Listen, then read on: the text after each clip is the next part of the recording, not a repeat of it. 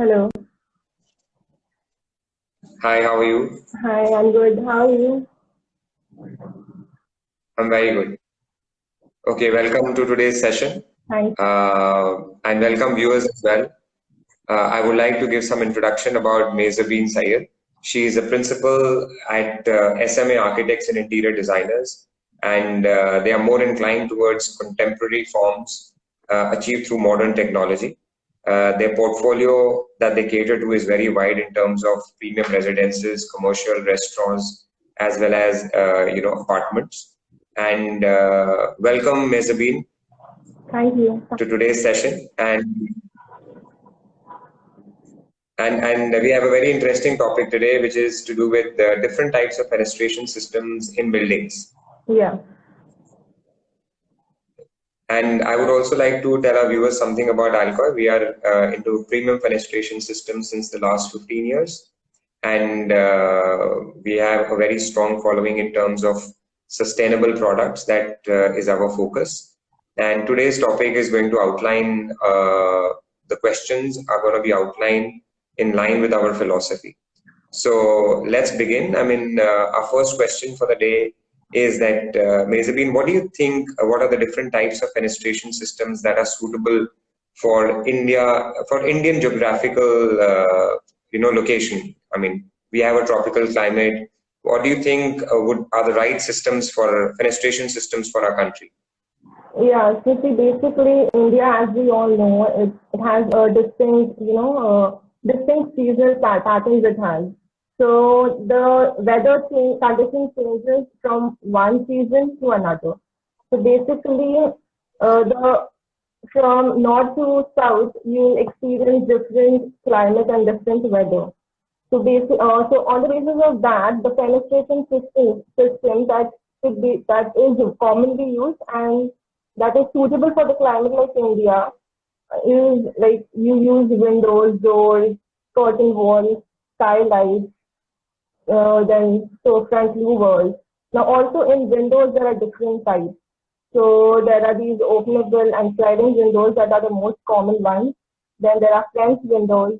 Then there are these split windows, jalis, which will create good light and shadow effect as well. So yeah, also in terms of glazing, so you get these double glazed windows, triple glazed windows.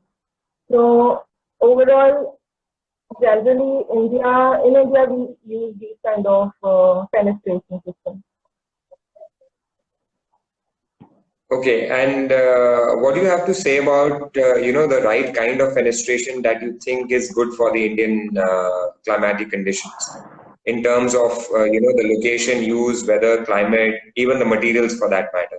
So yeah, if we are talking about the right kind of fenestration system, then there are these factors that we should consider while selecting the right kind of fenestration. So the number one factor is the location. So it depends on where it is going to be used, how it is going to be used. Okay. So the number two factor is the user. So the usage factor is in terms of the building, in terms of the use of the fenestration. So where is it used? What kind of space is it? Is it a residential? Is it commercial? Or what is the usability factor of that?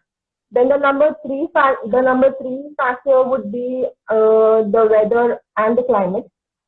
So of course it will depend on the weather and climate because of the durability and how it will react to the outside weather conditions. And also I feel privacy is one of the most important factors that should be considered while selecting the proper right kind of fenestration because it will help you in selection of what kind of glazing you want. So I think privacy is also one factor which we should consider. Okay. Also, can you throw some light upon any standards that you guys follow while you are designing, probably fenestration or for that matter, even architectural designs that you do? Okay. Yes, we do consider standards and we do consider certain standards while we select windows. So there is this code of practice for fixing of metal, IS 1081 1960. Also, we use specifications of aluminium windows and doors for even institutional or residential buildings. So IS 1949 1961, and also the wind loads for the building and structures. So we use these kind of standards while deciding upon what kind of windows we should be going with. Yeah, so I mean, this one I know, I mean, the wind load on buildings, because we use IS 875 Part 3 for our Windows design as well. Okay. So, I mean, how do these standards, I mean, are these being followed rampantly in the industry, or, I mean, what are the kind of certifications that probably one would require in terms of design of a building? Is it just an understood standard, or someone, if needs a certification, can also be given to him? So yeah, we also have these IGBC standards and LEED. So it's a sustainable in terms of sustainable aspect of window selection.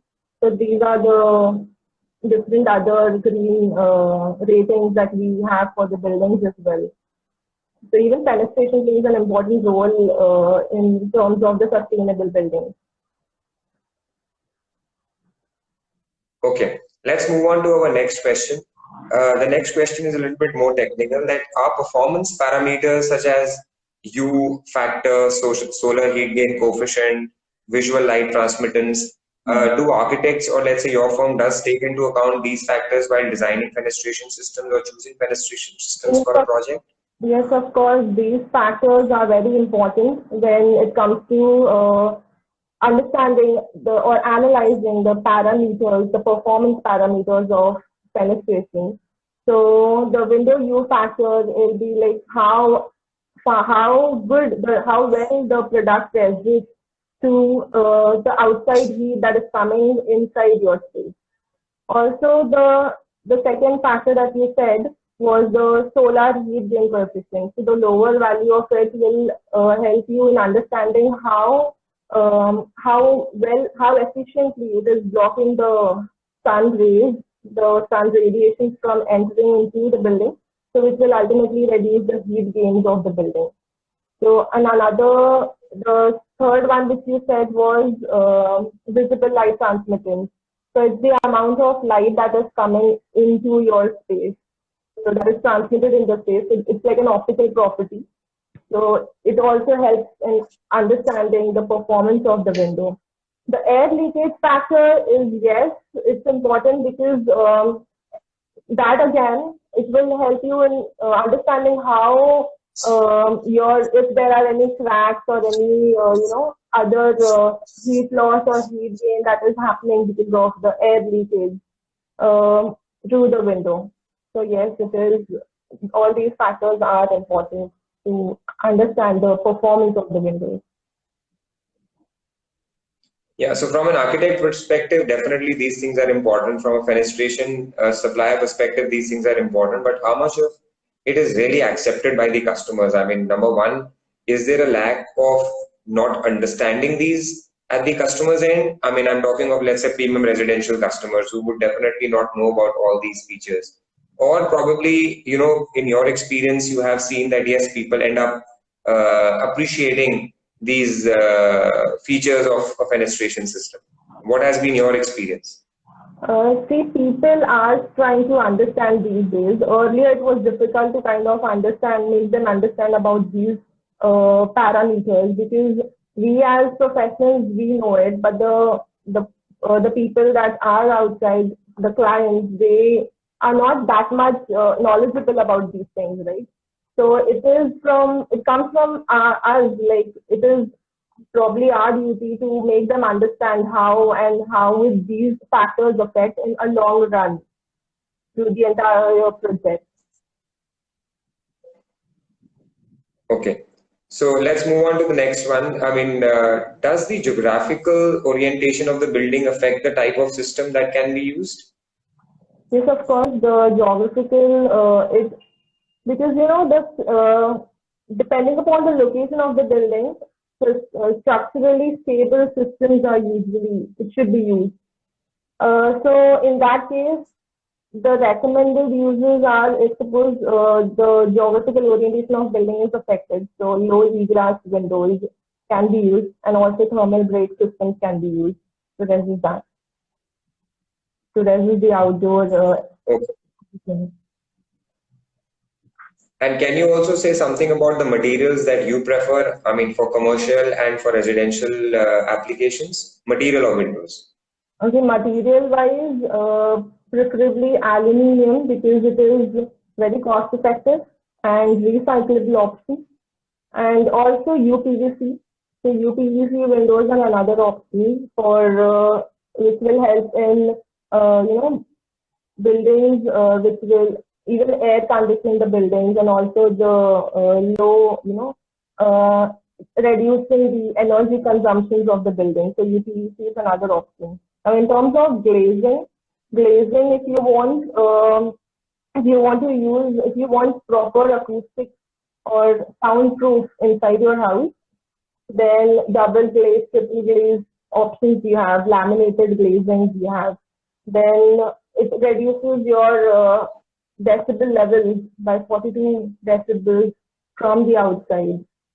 So double glazed windows can also be used, and it's highly efficient for acoustics as well as for air conditioning requirements. So basically, you are recommending use of either aluminum or UPVC windows depending upon the application. Right, right. All right. Let's move on to the next question. Now, this is very interesting to, for viewers to probably know from an architect that, I mean, how do you actually can explain to our viewers on heat island effect and its effect on fenestration? Okay, now see heat island. Because, I mean, I'll also elaborate. I'm sorry, I'll also elaborate a bit. In one of my previous sessions, one of the architect really gave me a very good insight when I was talking about ventilation, and she just came back to me and said that openable windows is not the only solution. The outside has to be so that it does not have heat island effect. Why? Because even if you have a window, the heat air is going to get circulated. So I want to have your views and opinion about the heat island effect and its effect on fenestration. So yes, indeed, heat islands, they are like urbanized areas whose the temperatures are higher than the outlying areas. So because of the different infrastructure, because of the buildings, because of the roads and other infrastructure elements, these the sun radiations and the solar radiations, these infrastructure absorbs and they re-emit to the environment, as against the natural landscape, which do not do it, which the intensity is very less. The forest or the trees, land, the water, so it doesn't do that. So because of this, there's this impact of the urban climate on the energy consumption of the buildings for the cooling purpose. Now, higher the urban temperatures have greater impact, serious impact on the energy consumptions of the building. So yes, the windows and the fenestration system can have a great impact on the heat island effect, because if the outsides are not cooler, then even the inside will have different, it will affect the interiors also, interiors of the building. If you are using a proper kind of fenestration, probably we can avoid that. Okay, and anything that you have to say about residential customers? I mean, should they make sure that the heat island effect does not, affects their fenestration in their houses? So heat island effect, for instance, because of the heat island effect, there's a lot of energy consumption and electricity consumption that is there inside your house. So if you are using a proper kind of fenestration, probably if you are avoiding the heat island effect, then even the energy consumption that is there inside your house, that will also reduce, and it will be helpful in the long run as well. So in that case, choosing the right kind of fenestration is really important then. Okay. Thank you for that answer. I mean, let's move on to the next one. What do you think about use of low E glass and thermal break windows? I mean, again, both for commercial applications as well as for residential applications. Okay. Low-E coatings have been developed to minimize the amount of UV light and infrared light that can pass through glass without compromising the amount of visible light that is, that is transmitted. So when the heat or light energy is absorbed by the glass, it is either shifted away by moving air or re-radiated by the glass surface. Thermal break uh, is an equally important component in any window or door system, and it refers to the reinforced polyamide bar between the inside and outside aluminum frame. So creating an insulated barrier with the window frame within the window frame. So in simple words, it's like a circuit breaker from the which is cutting off the outside from the inside. So low E coating. So Yeah. And what do you think is the demand for these kind of products in the market that you are in as of now? current I mean, is the demand yet to pick up, or I mean, people are not yet informed and it will kind of, come into being after 1 or 2 years? we are not really informed about these things. But then in commercial buildings, people have started using it. Residential, not to that extent. So, but slowly, I think in few years, we should be expecting the usage of this. Okay, I words from you, Mehzabeen, on sustainable and eco-friendly fenestration systems. Hello. Mm, Yeah, I can you cannot hear hear. me? Yeah, I can hear you. Okay, so we've come to the end of the session. Any last words from your side, Mehzabeen, on sustainable and eco-friendly fenestration systems? I cannot hear you. Hello. Yeah, any last words on sustainable and eco-friendly fenestration systems from your side? Yeah, I think it's the demand of the hour right now. So as we all know, the climate is changing considerably, and the heat that is there, that was there a few years back, and now there is a vast difference in that. So there is a need of sustainable architecture and sustainable systems that is going on, and even architects and designers are uh, adding sustainable aspects in their building, making sure that there is something that is there which from their side contributing to the sustainability of the sustainability aspect as well. So yeah, so in few years probably we should be doing it throughout, like all the architects and designers should be implementing that.